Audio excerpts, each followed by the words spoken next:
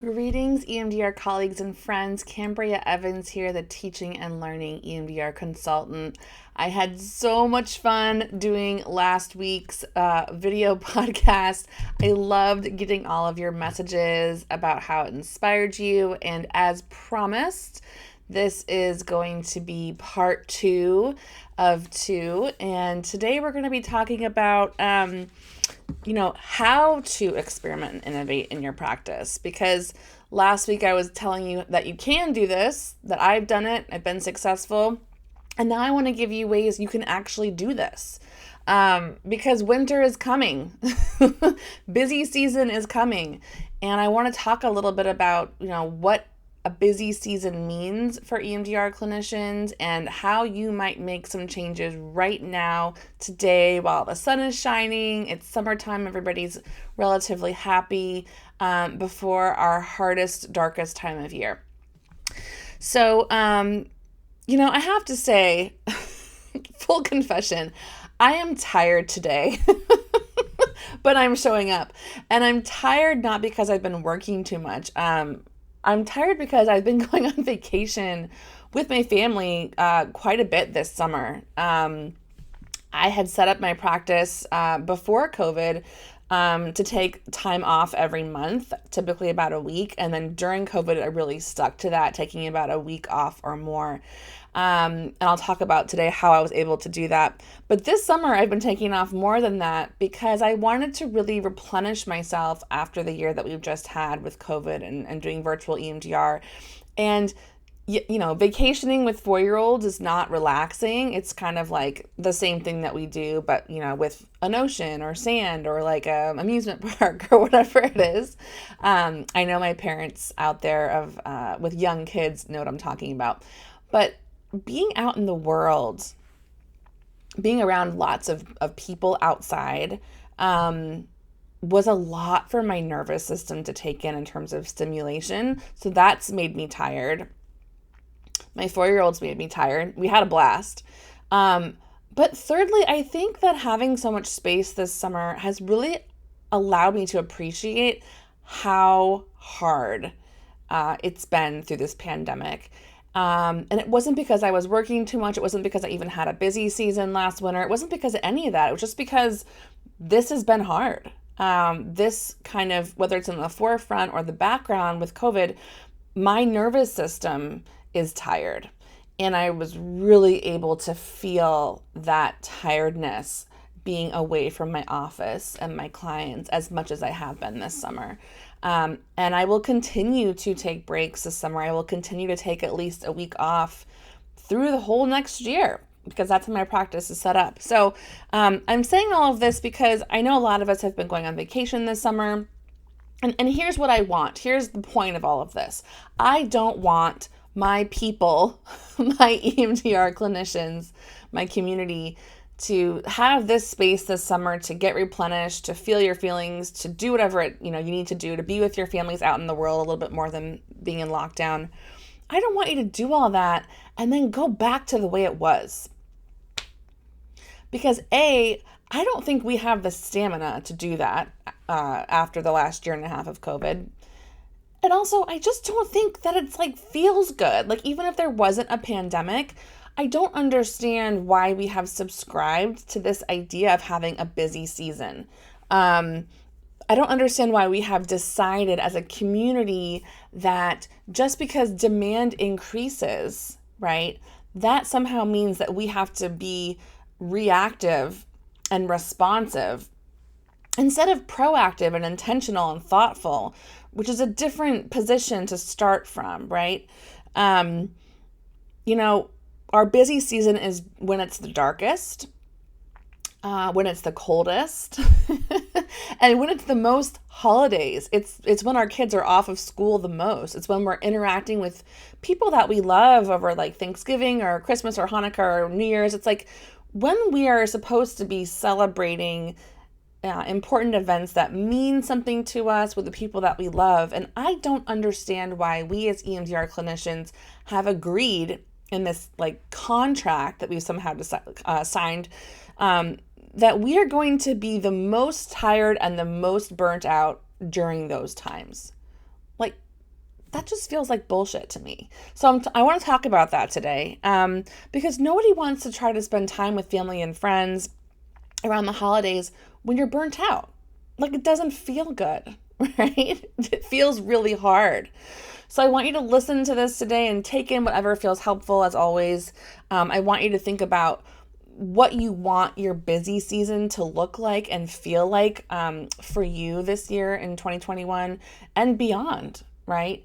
And I want you to start to be brave enough to imagine, what if it doesn't have to be that way anymore, right? If COVID's taught us one thing, it's that all the things we thought were normal or the way it was, a lot of that stuff got blown up, you guys. I mean, a lot of that stuff was like challenged, and we got more information, didn't we? Right? We learned we can do virtual EMDR and it's effective. We learned that we can work from home, kind of, and some parts of that are effective, right? All the things we thought we couldn't do, we didn't think we could do online EMDR trainings, not true. Okay? So I want you to be in the spirit of, I want to have a great holiday season with my family, and how can I challenge some old narratives, some old limiting beliefs about what I think is possible, about what I think I deserve for myself and my practice. So let's get to the good stuff. So I want to share what I did in my own practice. I did this several years ago, even before the pandemic. Ways that I innovated and experimented that helped me through what's called, our busy season. Okay. So the first thing I did when my kids were, I guess they were 2, almost 3, in 2018, I decided this traditional weekly model of therapy is killing me. Like, I don't know how it would have been if I hadn't had young twins, but it was too much, right? Like, they got sick. I had to cancel 18 or 20 people. It was crazy. So I decided in 2018 to teach myself how to do intensive EMDR, how to set it up, not just the clinical aspects of it, but how to actually, in my business, implement that in terms of marketing, in terms of sales, in terms of pricing, in terms of communication, in terms of intensive format, making it customizable for clients. And I got so much positive feedback that now I have a EMDR intensive only private practice in San Jose, California, and I'm not able to take any new clients, y'all, until October. Okay, it is July 23rd. So I have no worries about loss of income. If anything, I am now working the least amount of time in my chair I have ever worked, and I'm making the most money I have ever made. And I want to speak plainly and bluntly with you about this, because this wasn't like brain surgery to figure this out, right? So the second thing I did was I made really clear boundaries about when I was available and when I was not available. I was really clear about how to refer people out if they weren't going to be someone that was a good financial fit for me. I developed a sliding scale program instead of a sliding scale spot, which meant that people who couldn't afford my full fee, they could go into this program, which is 12 sessions, and then I rotate that spot.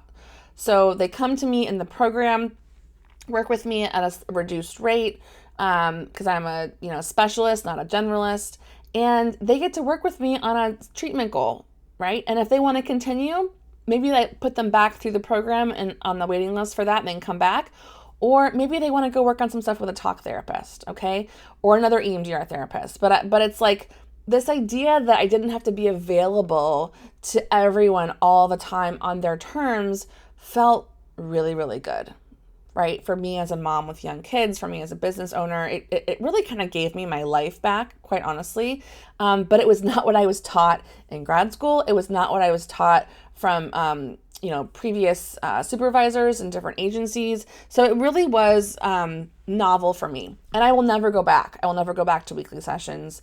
I will never go back to just being available for everyone anytime they want me. I'm not available for that anymore. So all of these changes that I have made in my practice have allowed me to have a couple things. It's allowed me to work proactively instead of reactively, okay? I know exactly what my winter is going to look like. I'm not going to be busy Okay. I'm going to have a steady stream of income all year long, right? I was looking at my simple practice. I use my software, looking at my kind of the graphs they do for income over the years. Past couple years, my income's just been like this, right? Except when I have a price increase, there's a bump up, but it's always pretty much steady, right? I don't have a low season in the summer for clients. I don't have a super high season in the winter, right? I don't allow myself to be yo-yoed back and forth by demand because of this model that I'm in. And I'm not just doing intensives in the sense of like, come work with me for several days and then go away, right? That is one way to work with clients. That is not in this kind of traditional weekly model. But I'm also working as an adjunct intensive EMDR therapist, which means that I get a lot of referrals from talk therapists who are stuck with their talk therapy clients. They'll email me and say, hey, Kambria, can you work with these clients for 4 to 12 sessions and bounce them back? Or can we work in parallel, right? We're just stuck on this trauma target here. There's some PTSD and it's not clearing, right? And because of that role that I've taken on as an adjunct intensive EMDR therapist, I now have referrals not just from clients, but from other therapists. Because think about this for a second. And you can do this in your practice right now, okay? Think about all the talk therapists that are also burnt out. Think about all the talk therapists who are going to be like pulling their freaking hair out. Maybe not now in the summer because it's sunny and everyone's happy, but as COVID is surging here in California and other parts of the country, as we go into kind of this darker season, this colder season, talk therapists are going to get burnt out too, right? They're going to want to have relief. So you as an adjunct EMDR therapist are that relief. And you don't have to take those clients on weekly, right? You can take those clients on in an intensive format, either for several days and send them back, right? Or intensively, which means longer sessions, right? So I have both models in my practice, right? I have some clients who work only with me intensively. So I have some clients I see for 2 hours a month or 2 hours twice a month, but it's not on a repeating schedule typically, okay? Which gives me more freedom to be able to be like, I'm taking my kids to the beach today. Screw it. It's a beautiful day. Or I'm going to go sit in my house and stare at the wall because my house is finally quiet because my kids are at camp half the day now. Thank you so much, God, for that. So I have options, right? I have a steady stream of income. I have space. And not one part of me is nervous I'm going to run out of income or referrals. It's just not what the data is showing me now this is my 4th year doing this, okay? So I want you to think about this. These are some things you can do right now in your practice. So what else am I doing? I take a week off a month or more, okay, with no income dip because I'm offering a high value service. So my intensive rates are not what my old weekly session rates used to be, okay? It's a high value service for me and the client. I have a very healthy client schedule that is flexible depending on what's happening in my family, flexible depending on how I feel, quite honestly, right? Part of the reason I have no clients until October isn't because I'm completely full. It's because I want space to work on other stuff and to just be a person, right? I have a wait list for October not because I have all of these clients lined up. I do have some clients waiting, but it's because I want to. And I know the demand's going to be there in the wintertime, right? It's a no-brainer from the last couple years of data. So I think this idea of being proactive instead of reactive, I think psychologically for me has been a huge, huge win. And I want you to think about in your practice how you can be proactive instead of reactive. Because as a parent, as proactive as I want to be, as much as I want to plan ahead with frameworks and structures and guidelines, y'all, let's be honest. I have 4-year-old twins. I'm constantly in reactive mode. I can't control their tantrums or injuries or it's just I have to be available. And so being available more to my kids, which I feel good about in my integrity, has really, really invited me to get really clear about my boundaries with clients. I will never be reactive with clients again. And on that note, I want to say one thing, a little asterisk, right? As an added bonus, because I don't have a busy season, I actually have space in my schedule if I have a client in crisis. If I have a client in crisis, it doesn't knock me off my feet. It doesn't add more to my plate, right? I actually have the space to say like, oh yeah, let me help you with that. And it doesn't like turn me upside down, right? Could you imagine having a client in crisis and it wouldn't like eat up all of your free time, which I already know is very, very small in our busy season, right? So think about what that would feel like for you. And quite honestly, sometimes I have a crisis. Sometimes my family needs me. Busy season is also when our kids get the most sick, right? I mean, before COVID, before lockdown, my kids went to preschool. They were sick like every week. Ear infections, eye infections. My husband's sick. I'm sick.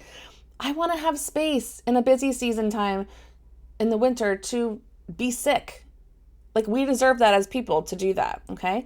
So there's so many benefits to this. I really want to invite you to think about what you want your winter to look like, what you want your practice to look like, okay? And if any of this is feeling like it's just got energy in your body, like it's striving with what you could imagine for yourself, I want to invite you to do a couple of things. First and foremost, and this is totally free, go ahead and go to my YouTube channel if you're not already there and look over my videos about intensives, whether working intensively, working with intensives, thinking about adjunct EMDR.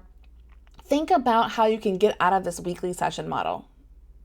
Because the clients don't actually need that. Not every client needs a weekly session model, okay?